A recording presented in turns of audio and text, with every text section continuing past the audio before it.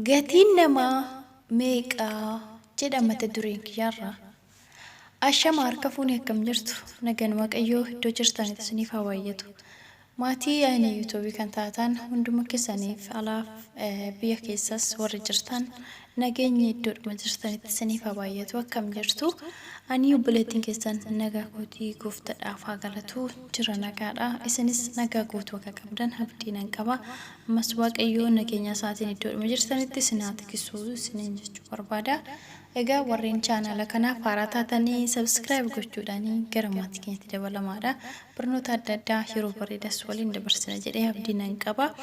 Akkasuma warreen immoo maamila koo turtanii galatooma ulfaadha. Akkasuma isinillee viidiyoo daawwachuun share gochuun haaluma duraatiin yaada qabdan immoo koomentii jalatti na beeksisuun narraa fagaatinaa na waliin turaa isiniin jechuu barbaada. Egaa mata dureen kiyyaarraa gatiin namaa meeqa jedha. Irraa barattu jedhee abdii nan qaba. Haga dhumaatti na waliin tura naffirra kooti. Egaa akkas jedha ilmatu abbaa isaatiin gatiin jireenya meeqa abbaa jedhee gaafate. Abbaanis dubbiidhaan osoo hin taane gochaan itti agarsiisuuf yaade. Dhagaa tokko fuudhee itti kenne deemi gabaa geessi jedheen. Gatii isaa immoo quba lama qofa itti agarsiisi. Afaaniin hin dubbatinii jedheen. Gatii fedhan sii kennanis hin gurgurinii jedheen. Mucichis akkuma godhee warri dhagaa irraa bituuf itti dhufan gatiin meeqa jedhaniin. Innis quba lama itti agarsiise. Qarshii lama moo sitti hin baay'atu jedhani. Haa ta'u ni kaffallaa yoomiyyuu jedhaniin. Gurguruu didee galee. Abbaa waan naan jettee raawwadheera jedhee abbaan isaas tole mee hammas na deemii muuzeemii geessii jedheen dhagaa kana iddoo muuzeemitti akka geessu gaafatee jechuudha.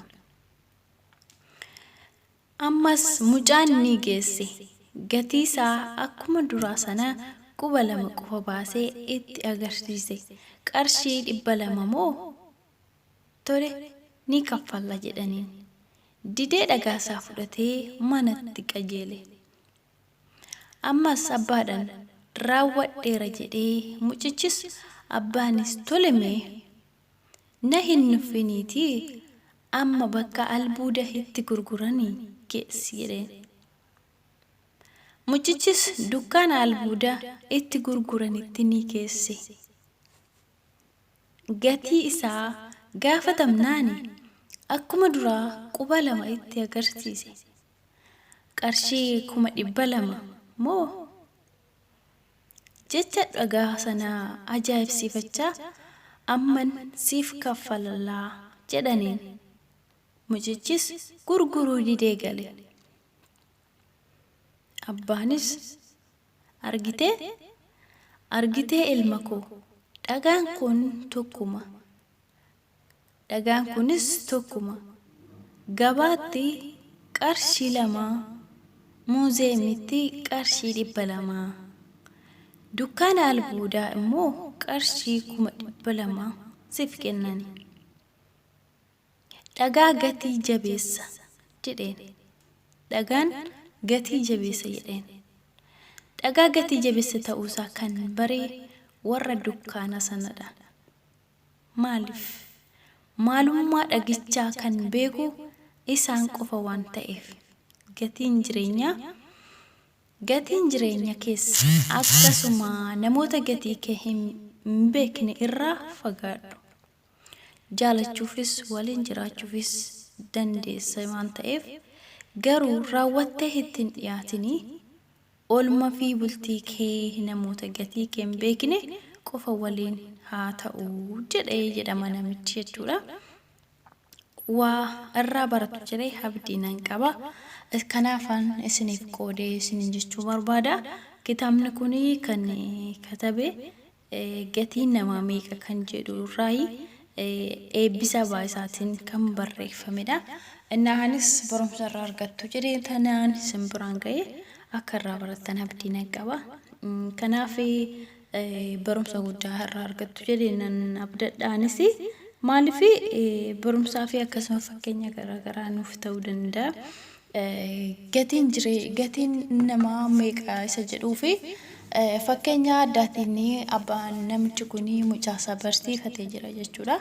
Maalifi gabaan tokko holii iddoo hundattuu ni jijjiirama waan ta'eef kanaaf tokko jennee himuudhaaf akkasumas gochaan yoo ta'e malee jechaan namatti agarsiisuun akkasuma iddoo ulfaataa sila ta'eef fakkeenya bareedaa sila ta'eef namoota gadhee namoota waa'ee keenya beekanii itti dhiyaachuurra warri waa'ee keenya hin beeknetti keessa keenya baasnee itti machoosoo hin taane irra gubbaadhaan waliin jiraachuu. Egaa addunyaa kanarratti namoonni ilaalchi namaaf qaban madaalleen isaan namaaf kennan garagaradha. Akkuma waliigalaattuu anumaaf sin gidduuttiyuu ilaalchi nuti walii qabnu garagarummaa qaba sila ta'eef jechuudha. Namoota maalummaa keenya hin beekne irraa fagaachuu akkasumas immoo namoota eenyummaa fi maalummaa keenya beekan isaan waliin jiraachuu nu barbaachisa jechuudha. Maaliif namoonni ilaalcha garagaraa si kennu inni tokko gadisi buusee eenyummaa kee gadisi xiqqeessa. Inni tokko immoo bakka akkuma giddu galeessa tokkotti uuma tokkotti sin makuu akkasumatti ilaala. Inni tokko immoo namummaa keetiif jaalatamta akkasii jaalatuu fi akkasumas iddoo olaanaa akkasii qabu kabaja akkasii qabu namoonni kun madaalliin isaan namaaf kennanii garagaraa jechuudha.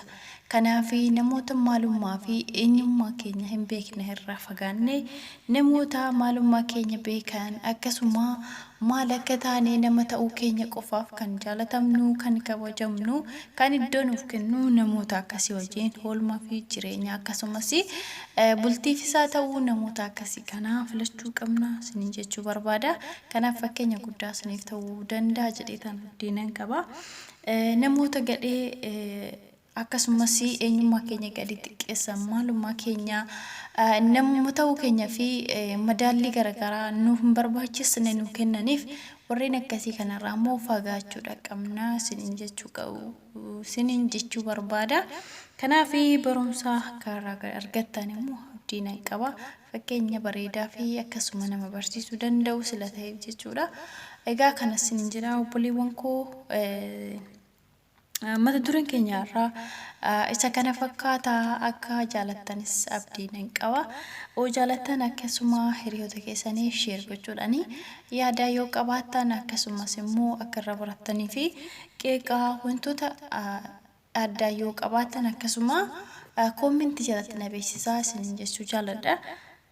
Maaliif anillee karaa akkaataan deemsa kiyyaa haala gaariirra hin jiru yoo ta'e kana sirreessii achiin deemi. Yookiin immoo kana dogoggortee kana sirreessitee koo gaariidha. Yookiin immoo haaluma kanaan itti fufii yaada jedhu soo qabaattanii akkasuma koomentii jalatti na beeksisaa isiniin jechuu jaaladha. Haga ammaatti turtiin keessaan immoo akkasuma yaadni isinii wantoota darbu irratti naaf qoodan hedduu tokko nama boonsa baay'ee tokkoon isin galateeffadha. Yaadni isin namaaf kennitan dhugumatti dhugaa baay'ee tokko nama gammachiistu nama boonsa yaadni keessanii nama jajjabeessaa amlee namaaf kenna.